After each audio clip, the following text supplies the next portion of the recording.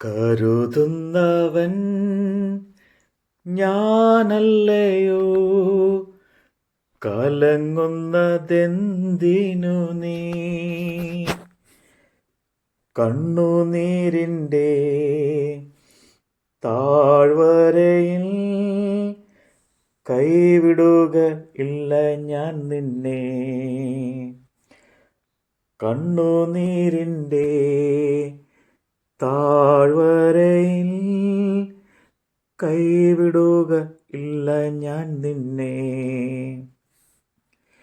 എൻ്റെ മഹത്വം കാണുക നീ, എൻ്റെ കൈകൾ തരിക നിന്നെ. എൻ്റെ മഹത്വം കാണുക നീ, എൻ്റെ കൈകൾ തരിക നിന്നെ. എൻ്റെ ശക്തി ഞാൻ നിന്നിൽ പകർന്നു, എന്നും നടത്തിയിടും കൃപയാ. എൻ്റെ ശക്തി ഞാൻ നിന്നിൽ പകർന്നു, എന്നും നടത്തിയിടും കൃപയാ. കരുതുന്നവൻ ഞാനല്ലയോ, കലങ്ങുന്നതെന്തിനു നീ? കണ്ണുനീരിൻ്റെ താഴ്വരയിൽ കൈവിടുക ഇല്ല ഞാൻ നിന്നെ. കൈവിടുക ഇല്ല ഞാൻ നിന്നെ. മഹത്വമുള്ള യെശയ്യാ പ്രവാചകന്റെ 3-ാം പുസ്തകം. സൈന്യങ്ങളുടെ യഹോവയായ കർത്താവ് യെരൂശലേമിൽ നിന്നും യഹൂദയിൽ നിന്നും ആധാരവും ആശ്രയവും അപ്പം എന്ന ആധാരമൊക്കെയും വെള്ളമെന്ന ആധാരമൊക്കെയും വീരൻ, യോദ്ധാവ്, ന്യായാധിപതി, പ്രവാചകൻ, പ്രശ്നക്കാരൻ, മൂപ്പൻ, 50 പേർക്ക് അധിപതി, മാന്യൻ, മന്ത്രി, കൗശലപ്പണിക്കാരൻ, മന്ത്രവാദി എന്നിവരെയും നീക്കിക്കളയും. ഞാൻ ബാലന്മാരെ അവർക്ക് പ്രഭുക്കന്മാരായി വയ്ക്കും, ശിശുക്കൾ അവരെ വാഴും. ഒരുത്തൻ മറ്റൊരുവനെയും ഒരാൾ തൻ്റെ കൂട്ടുകാരനെയും ഇങ്ങനെ ജനം അന്യോന്യം പീഡിപ്പിക്കും. ബാലൻ വൃദ്ധനോടും നീചൻ മാനിനോടും കയർക്കും.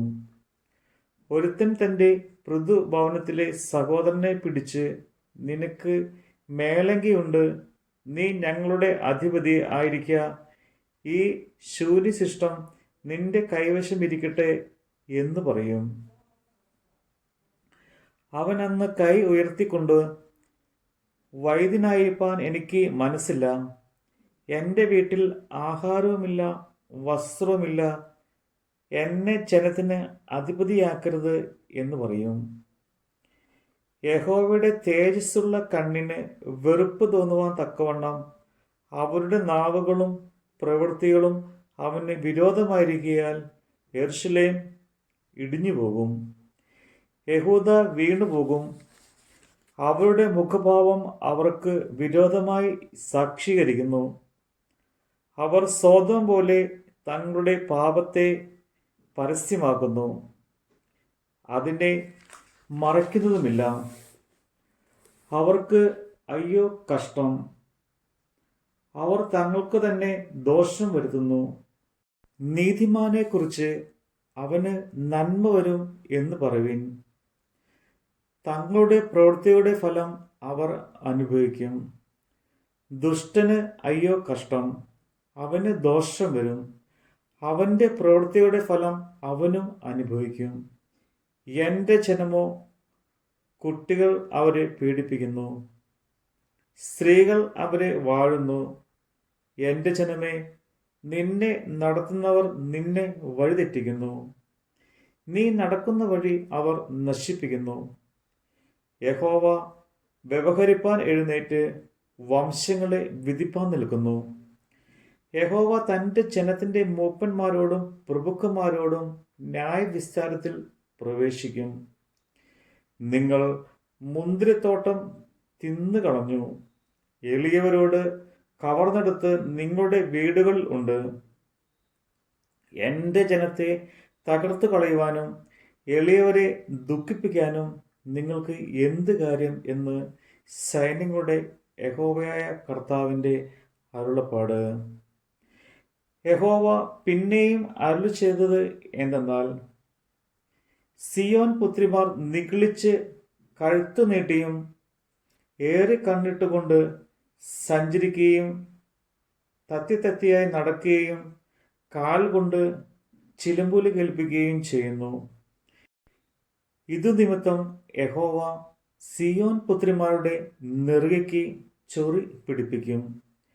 യഹോവ അവരുടെ ഗൃഹപ്രദേശങ്ങളെ നഗ്നമാക്കും.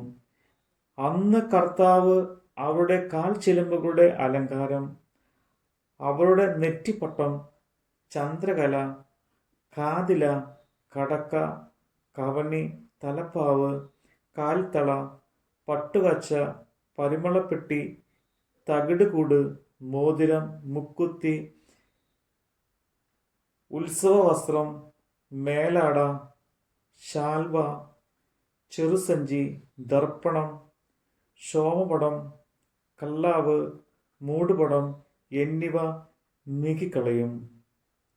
അപ്പോൾ സുഗന്ധത്തിന് പകരം ദുർഗന്ധവും അരക്കച്ചയ്ക്ക് പകരം കയറും, പുരിക്കുഴലിന് പകരം കഷണ്ടിയും ഉടയാടയ്ക്ക് പകരം രട്ടും സൗന്ദര്യത്തിന് പകരം കരിവളപ്പും ഉണ്ടാകും. നിന്റെ പുരുഷന്മാർ വാളിനാലും നിന്റെ വീരന്മാർ യുദ്ധത്തിലും വീഴും. അതിൻ്റെ വാതിലുകൾ വിലപിച്ച് ദുഃഖിക്കും, അത് ശൂന്യമായി നിലത്ത് കിടക്കും. നമ്മുടെ കർത്താവിൻ്റെ വചനമാണ് നമ്മൾ കേട്ടത്. എല്ലാവരും നിന്നെ മറന്ന ഞാൻ നിന്നെ മറന്നിടുമോ? എല്ലാവരും നിന്നെ മറന്ന ഞാൻ നിന്നെ മറന്നിടുമോ?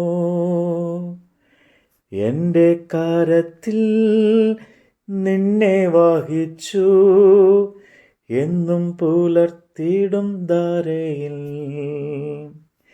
എൻ്റെ കരത്തിൽ നിന്നെ വഹിച്ചു എന്നും പുലർത്തിയിടും ധാരയിൽ. കരുതുന്നവൻ ഞാനല്ലയോ, കലങ്ങുന്നതെന്തിനു നീ?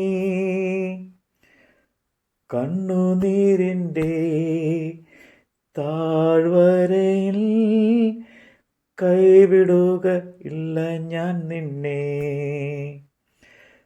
കണ്ണുനീരിൻ്റെ താഴ്വരയിൽ കൈവിടുക ഇല്ല ഞാൻ നിന്നെ.